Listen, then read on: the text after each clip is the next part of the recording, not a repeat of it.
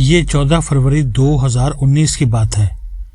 مقبوضہ کشمیر کے ضلع پلوامہ میں جموں سری نگر نیشنل ہائی وے پر لیتھا پورہ کے قریب انڈین فوج کے قافلے پر خودکش حملہ ہوا۔ اس حملے میں CIBF کے 40 جوان ہلاک ہو گئے۔ یہ حملہ عادل احمد ڈار نام کے ایک کشمیری نوجوان نے کیا تھا۔ بھارت نے فوری طور پر پاکستان پر الزام لگا دیا اور وہی صورتحال پیدا ہو گئی جو اس وقت سرحدوں پر دکھائی دے رہی ہے۔ بھارتی میڈیا نے دعویٰ کیا یہ حملہ مولانا مسعود اظہر کے جیش محمد نے کیا۔ پاکستان نے فوری طور پر بھارت کو آزادانہ تحقیقات کی پیشکش کر دی، لیکن نہ صرف یہ آفر مسترد کر دی گئی بلکہ فوری جواب کی دھمکی بھی دے دی گئی۔ وزیر اعظم عمران خان نے اس کے بعد تقریر کی اور نریندر مودی کو وارننگ دی، بھارت نے اگر کسی قسم کا مس ایڈونچر کیا تو ہم اس کا مکمل جواب دیں گے۔ پاکستان کا پیغام صاف تھا، مگر بھارت اسے انڈرسٹینڈ نہ کر سکا، لہٰذا اس نے پلوامہ واقعے کے 12 دن بعد 25 اور 26 فروری کی درمیانی رات بالا کوٹ پر سرجیکل سٹرائیک کر دی۔ بھارت کے 2 طیارے صبح 3:30 بجے پاکستانی حدود میں داخل ہوئے، 2.25 منٹ میں بالا کوٹ کے جنگلوں میں میزائل پھینکے اور واپس چلے گئے۔ ان کا ٹارگٹ بالا کوٹ کا ایک مدرسہ تھا، لیکن یہ خوف کی وجہ سے اسے نشانہ نہیں بنا سکے اور جنگل میں 2 کوے مار کر واپس چلے گئے۔ ایئر چیف مارشل مجاہد انور خان اس وقت فضائیہ کے سربراہ تھے۔ انہوں نے army chief general Qamar Javed Bajwa کو جگا کر اطلاع دی۔ آرمی چیف نے ایئر چیف سے پوچھا کوئی نقصان تو نہیں ہوا؟ ایئر چیف نے جواب دیا ہمارا کوئی نقصان نہیں ہوا۔ آرمی چیف نے انہیں کہا ہم صبح وزیر اعظم کے ساتھ میٹنگ کے بعد رسپانس کا فیصلہ کریں گے۔ ایئر چیف نے بعد ازاں chairman joint chiefs of staff committee general Zubair Mahmood Hayat کو بھی جگا کر اطلاع کر دی۔ چیئرمین نے وزیر اعظم کو جگا کر بتایا اور وزیر اعظم کا جواب بھی یہی تھا ہم صبح میٹنگ میں فیصلہ کریں گے۔ بہرحال 26 فروری کی صبح میٹنگ ہوئی۔ اس میں 2 آپشن ڈسکس ہوئے، بھارت کے ساتھ مکمل جنگ شروع کر دی جائے، جنرل زبیر محمود اس آپشن کے حامی تھے۔ دوسرا آپشن بھارت میں داخل ہو کر بالا کوٹ کا جواب دیا جائے۔ آرمی چیف اور ایئر فورس چیف اس آپشن کے وکیل تھے۔ بہرحال طویل بحث کے بعد وزیر اعظم نے دوسرے آپشن کی منظوری دے دی۔ یوں 26 فروری کو آپریشن سوئفٹ ریٹارٹ کی منصوبہ بندی شروع ہو گئی۔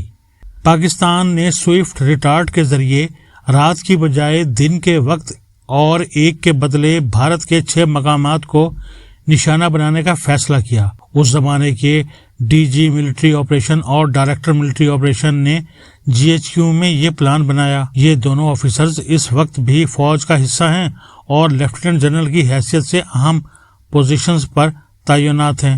بہرحال قصہ مزید مختصر، پاکستان ایئر فورس کے طیارے 27 فروری 2019 کی صبح جموں اور کشمیر کے 2 سیکٹرز پونچھ اور نوشہرہ کے راستے بھارتی ایئر فورس کے 6 اہم بیسز پر پہنچ گئے۔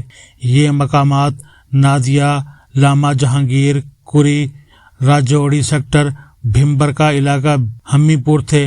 ان لوکیشنز میں کرشنا گھاٹی میں بھارتی فوج کا 25واں ڈویژن ہیڈ کوارٹر بھی شامل تھا۔ ہیڈ کوارٹر میں انڈین آرمی کا بڑا بارود خانہ اور سپلائی ڈپو تھا۔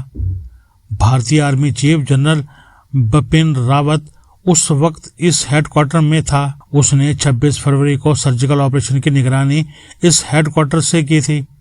یہ مقام پونچھ سے 24 کلومیٹر کے فاصلے پر ہے اور کرشنا گھاٹی کہلاتا ہے۔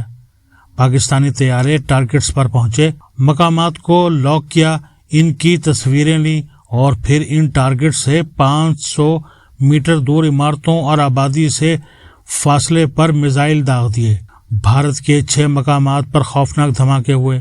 دھماکے کی آواز سن کر بھارتی آرمی چیف فوری طور پر بریگیڈ ہیڈ کوارٹر سے دلی روانہ ہو گیا۔ پاکستانی طیارے اس کے بعد واپس مڑ گئے۔ میں نے اس زمانے میں آپریشن کرنے والے کرداروں سے پوچھا تھا ہم جب بھارت کے اہم ٹارگٹس کو ہٹ کر سکتے تھے تو پھر ہم نے 500 میٹر دور حملہ کیوں کیا؟ اس کا جواب تھا بھارت نے بھی صرف ہماری فضائی حدود کی خلاف ورزی کی تھی، ہم نے 27 فروری کو انہیں پیغام دیا، آپ لوگ ایک خلاف ورزی کریں گے، ہم آپ کو 6 کی شکل میں جواب دیں گے۔ دوسرا، بالا کوٹ میں ان کا حملہ آبادی سے دور جنگل میں تھا۔ ہم ان کے اہم فوجی اور فضائی ٹارگٹس تک پہنچے، ان کی تصویریں لی، انہیں یہ تصویریں بھجوائیں اور انہیں پھر یہ بتایا ہم آپ کے اہم ترین ٹارگٹس کو نشانہ بنا سکتے تھے، لیکن ہم سر دست 500 میٹر دور صرف اپنی نشانی چھوڑ کر جا رہے ہیں، ہمیں اگر اگلی مرتبہ آنا پڑا تو ہم رعایت نہیں کریں گے۔ تیسرا، تم نے رات کو حملہ کیا تھا، ہم دن کے وقت حملہ کر رہے ہیں۔ بہرحال قصہ مزید مختصر، پاکستانی طیاروں کی واپسی پر بھارتی فضائیہ کے طیاروں نے ان کا پیچھا شروع کر دیا۔ بھارتی طیارے جو ہی پاکستانی حدود میں داخل ہوئے، پاکستانی ایئر فورس نے ان کے 2 طیاروں کو نشانہ بنا دیا۔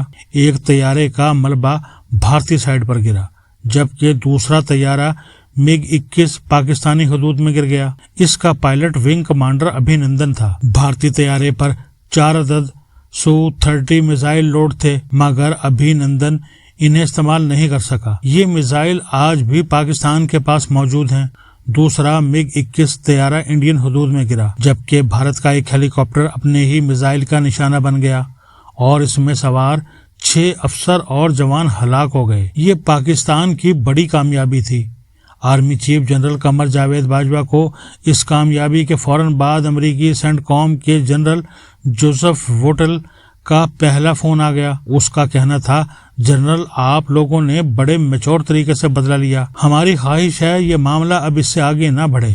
آرمی چیف نے جواب دیا، یہ ہمارے ہاتھ میں نہیں ہے، آپ کو بھارت کو روکنا ہوگا، یہ اگر مزید آگے بڑھے گا تو ہم نہیں رک سکیں گے۔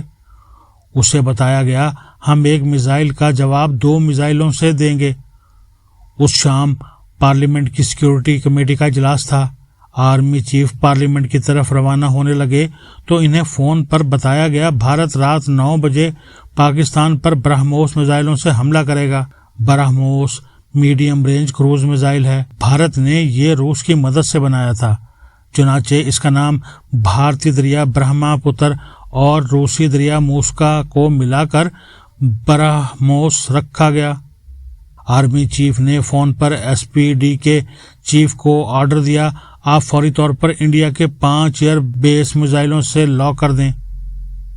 ان ایئر بیسز میں ہلواڑا ایئر بیس، پٹھان کوٹ ایئر بیس، آدم پور ایئر بیس، اونتی پورہ ایئر بیس اور بھوج کا ارنالیہ ایئر بیس شامل تھا۔ بھوج راجستھان میں رن آف کچھ کا علاقہ ہے، اس میں انڈین ایئر فورس کا بڑا ایئر بیس موجود ہے۔ شام 8:30 بجے پارلیمنٹ کی سیکیورٹی کمیٹی کا اجلاس شروع ہوا۔ یہ وہی اجلاس تھا جس میں پوری اپوزیشن میاں شہباز شریف اور بلاول بھٹو سمیت موجود تھی، لیکن وزیر اعظم عمران خان اس میں شریک نہیں ہوئے۔ آرمی چیف نے کمیٹی کو بریفنگ دی اور فیصلہ ہوا، پاکستان اپنے دفاع پر کوئی کمپرومائز نہیں کرے گا۔ اجلاس کے دوران سارا وقت آرمی چیف گھڑی دیکھتے رہے۔ ان کا خیال تھا بھارت نے اگر برہموس میزائل داغ دیے تو پھر پاکستان کے پاس جواب کے علاوہ کوئی آپشن نہیں ہوگا اور یوں 2 نیوکلیئر پاورز میں جنگ چھڑ جائے گی۔ پارلیمنٹ کی میٹنگ کے بعد امریکہ کے وزیر خارجہ مائک پومپیو کا جنرل باجوہ کو فون آ گیا۔ اس نے اپنی کتاب میں لکھا، میں اس وقت ہنوئی میں تھا، مجھے بھارتی وزیر خارجہ سشما سوراج نے فون کیا اور بتایا پاکستان نیوکلیئر جنگ کی تیاری کر رہا ہے۔ میں نے اس سے چند منٹ مانگے، میرے ساتھ national security advisor John Bolton تھا، میں نے اس کی مدد سے فوراً کام شروع کر دیا۔ میں نے Pakistani army chief general Bajwa کو فون کیا، اس نے مجھے بتایا ہم نہیں بلکہ بھارت ہم پر نیوکلیئر حملے کی تیاری کر رہا ہے، ہم بس اس کے جواب کی تیاری کر رہے ہیں۔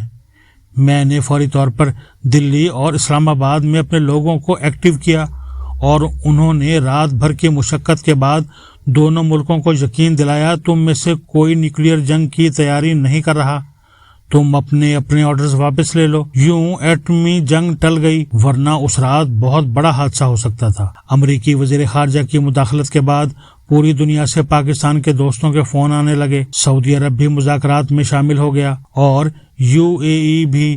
برطانوی ہائی کمشنر تھامس ڈریو نے GHQ میں جنرل باجوہ سے ملاقات کی۔ ان سب کا مطالبہ تھا آپ بھارتی پائلٹ ابھی نندن کو رہا کر دیں۔